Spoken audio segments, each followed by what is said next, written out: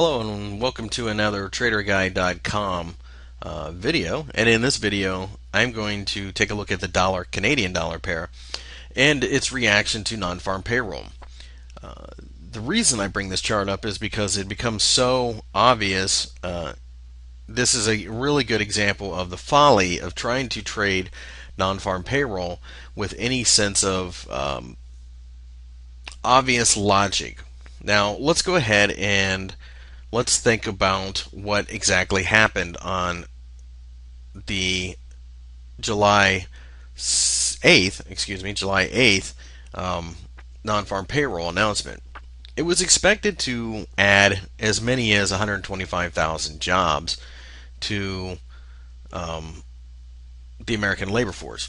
And June numbers came in, and they came in at 18,000, which is an addition. Not really, actually, because to be honest with you, it takes about 450 most of the time to actually get a net gain once you take in immigration and kids coming out of high school and such into the labor force. So really, it's a loss. It's not a gain. It's a loss. That was something the market wasn't expecting. So what is the first reaction? A little counterintuitively for you guys who've just started trading, people will buy the US dollar. Now, why are they buying the US dollar? It's not that they're buying the US dollar because they want to own it per se. It has to do with the flow of money. Remember, Forex is about the flow of money and not always about the speculation. And the expression, money goes to where it's treated best, kind of comes into play here in the sense that you got to realize that the people who are pushing the prices in the Forex market are not guys with $7,000 accounts. These are people who are controlling millions and millions and millions of dollars at a time.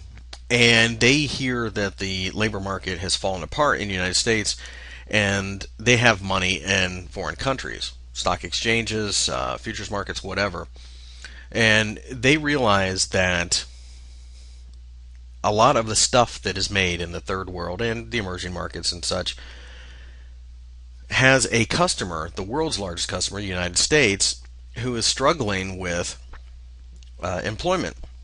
The customer may not be buying, so therefore there may not be a need to buy as many things exported from China or exported from Brazil to the United States. So the money comes back to the United States, and quite often it goes into treasury markets. And the reason for that is that they would rather buy a 3-month treasury note that yields almost nothing than to risk what could happen, say, in the Bovespa in Brazil, with the stock markets. If the economies around the world are going to be somewhat weak. Why risk maybe a 10% drawdown when you can give money to the Treasury and you can get, I don't know, 0.1% return or something? I mean, nothing really, but you got to realize these guys are using much larger numbers than we are. So having said that, the dollar often spikes on non-farm payroll. So it stands to reason that Canada, being a commodity currency, would fall, the dollar would spike. So in other words, we get a move up in dollar CAD. People won't use as much oil if they're not working, and other resources and stuff won't necessarily be exported to Canada, or exported from Canada, to the United States, which we are consumers of about 70% of their exports, 75 perhaps. So the dollar CAD does move fairly choppy, and that's why, because they are so interdependent, the two economies. When we look at the pair itself, I'll go ahead and draw it now. I had a level of 96.50 that was interesting to me, and it's not really 96.50. Another way that I could draw this is 97 and 96, with the understanding that this is one line as far as I'm concerned. It is a thick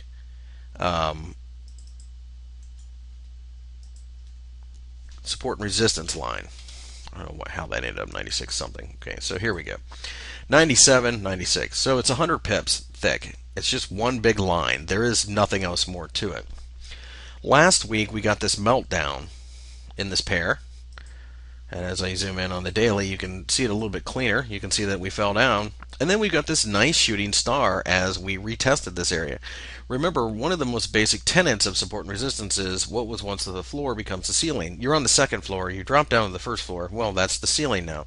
We went up, we retested it, very common, we broke lower, and a sell signal was given. Now, I actually got involved based upon a 4-hour shooting star, got in somewhere right around here. So having said all of that, let's look at the hourly, and I will go ahead and color in the area so it's a little bit more obvious, our support and resistance zone. But let's go ahead and look at what happened. You got the non-farm payroll that was so disappointing, and we shot up to 96.58. Now, I had 96.50, like I said, as a line on my chart. I can see that it is kind of the midline of the supporter stuff, and there was also a big push down from there, and we shot straight there and hung out. On the 15-minute chart, you can see, go ahead and zoom in just a little bit more, you can see that there was a huge spike, another attempt, and then a failure. It dropped down, and it bounced back up to right about 96.46 or so, 50. So there were two signs that this spike was never going to change things in any big sense. While I don't advocate using that as a signal, that should have at least given you some kind of warning that if you were long for whatever reason, that perhaps things were going to go against you. What it gave me, I happened to see it a couple times during the day, but I wasn't overly involved. I was actually away from the house. Well, all it gave me was a sense that, nothing was going to happen. Really, I think I saw that red bar there, and once I saw that red bar, I thought, nothing's going to come of this. And we've come right back down, and when you look at the daily, it becomes a shooting star-shaped bar. And what does this bar show us? It shows there was a serious surge to try to break back through that resistance, and it completely failed. It came undone. When you look at the weekly, it's the same thing. We tried to shoot up through 97 and it failed. And now we have a setup which I like to call a continuation shooting star, which if you break the bottom of that, because it is a shooting star, it's just, normally we see them up here or like there at the end of an up move. It means the same thing. It means the buyers failed, and now they're starting to, the last vestiges of the buyers are starting to lose money. Obviously, 94.50 is support, and that's, by most technician standards, would probably be the next area that this pair will find support. But you have to think about this market, and you have to think about it long term. And this is why trading the non-farm payroll numbers are very difficult for most people. You have to look by any standards, and I'll go ahead and zoom way out. This is in a downtrend. I mean, you can even do moving averages. There's a 50 that it's under. You can even do 100, and I'll even do a 200 as well for visualization purposes. But no matter how you slice it, this is a downtrend. I mean, all three of these moving averages are moving downwards, so the trend is definitely down. So you have to ask yourself a question: when a number like 15,000 comes out, is it so earth-shattering that it's going to change the trend? Well, number one, had you done your homework ahead of time, you would have known that 97 had to get blown through, and they didn't even come close. It was 50 pips short. But after the announcement, that is. But you have to ask yourself, does it change anything? And the reality is, the poor jobs report does not change anything, because the jobs reports have been poor for a long time. We are underemploying people in the United States, and have been for a few years now. This means nothing. I mean, don't get me wrong, it shows that it might be getting a little bit softer, but it's more of the same. And that's exactly what happened in the marketplace. There are a lot of people who sold this who thought that they were going to make a fortune, and they just got the door slammed right in their faces. Most of them, as the rest of the day went by, certainly got out and got nervous as this price fell. The only way that you can trade non-farm payroll successfully, if you're going to go counter trend like this, is if, let's say, it was a negative 500,000.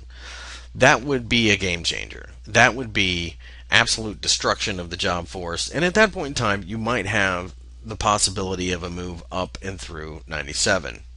But the reality is that you didn't get that. And also, you have to be able to hang on to a trade like that, which would be whippy and choppy and crazy at best. So my advice is ignore the non-farm payrolls numbers. And quite frankly, when you have obvious areas like this, there are plenty of traders out there who were waiting for you to buy this pair, and they just simply sold it to you somewhere in the middle of this mess. And now they're waiting to see if 96 and 95, 72, 70, whatever gives way, so that we can go lower. So that's the dangers of trading the non-farm payroll report.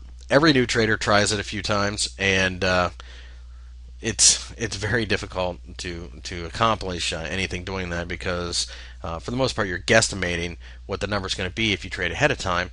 And if you trade during the announcement, you're guesstimating what thousands of traders around the world are thinking. The thing is unless the number is so dead obvious, typically this is what happens on a non-farm payroll Friday, is we get a knee-jerk reaction, and at the end of the day, we don't see much. Don't believe me? Go through your chart yourself and see.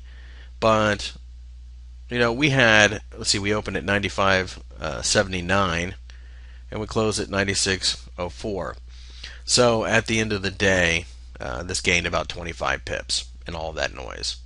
Highly leveraged traders, which typically are new traders as well, who are trading this on the 5-minute chart, or they're trading it on the 15-minute chart or something, and it becomes a very nerve-wracking experience. Trust me, from experience, you're much better to go with the trend.